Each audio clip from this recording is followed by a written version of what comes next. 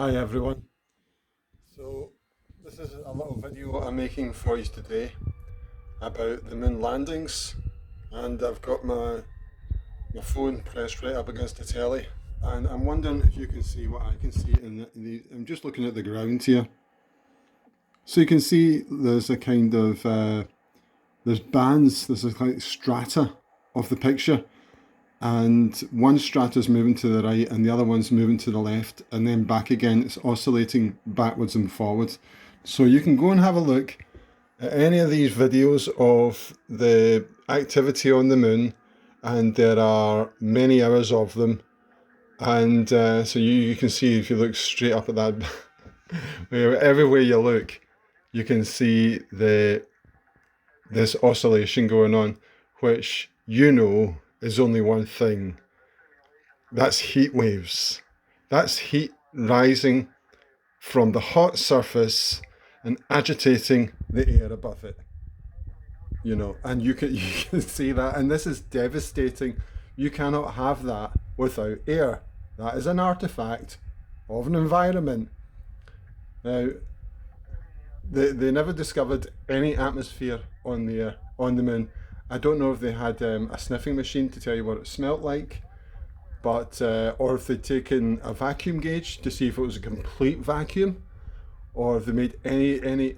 I also heard on a video, it may have been this one, a similar video, Neil's talking about core samples on the seismic data, and that's two things he's mixing up there that you would never mix up as a geologist. I'm not a geologist, but I know the difference between core samples and seismic tests. And seismic probes do not give you a core sample. Also, I know a little bit about digging, and if these guys think they're going to take a core sample on the moon without some serious power, they're wrong. You're not going to get down very far into rocky ground with a core sampler. You may as well just shovel it up into a bag, which is exactly what they did. There was no core samples. So, I mean, I know Neil's not a scientist, yeah, he's got that wrong. But this is devastating. Wherever you look, you can see basically airwaves. You can see the whole LEM doing the shimmy from left to right. That is airwaves. That has to be.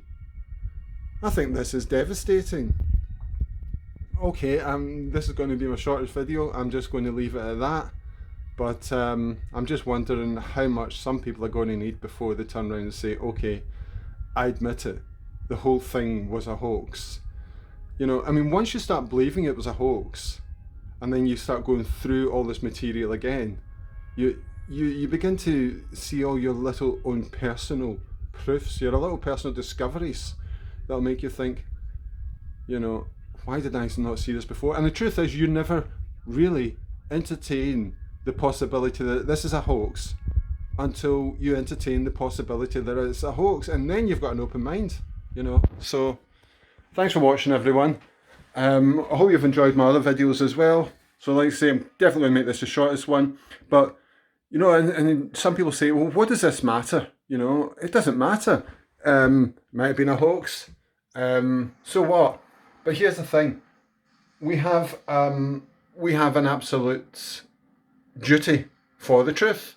I just remember my old dad, who's a really nice guy, a very hard-working, honest man, and we finished one of our conversations. He says to me, "Well, you know right from wrong," and that was the conversation stopper, because it got me thinking. I didn't have an answer set up for him. I didn't have any thoughts lined up to come back with that, despite having many years of indoctrination into the Catholic faith. And you would think that would be a huge moral discourse, but it wasn't really.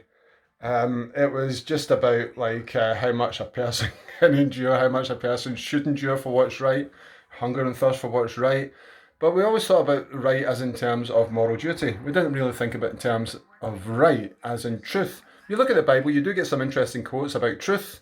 You do have a duty to have the truth. If you don't have the truth, you cannot be following the path. That's from the book of Timothy.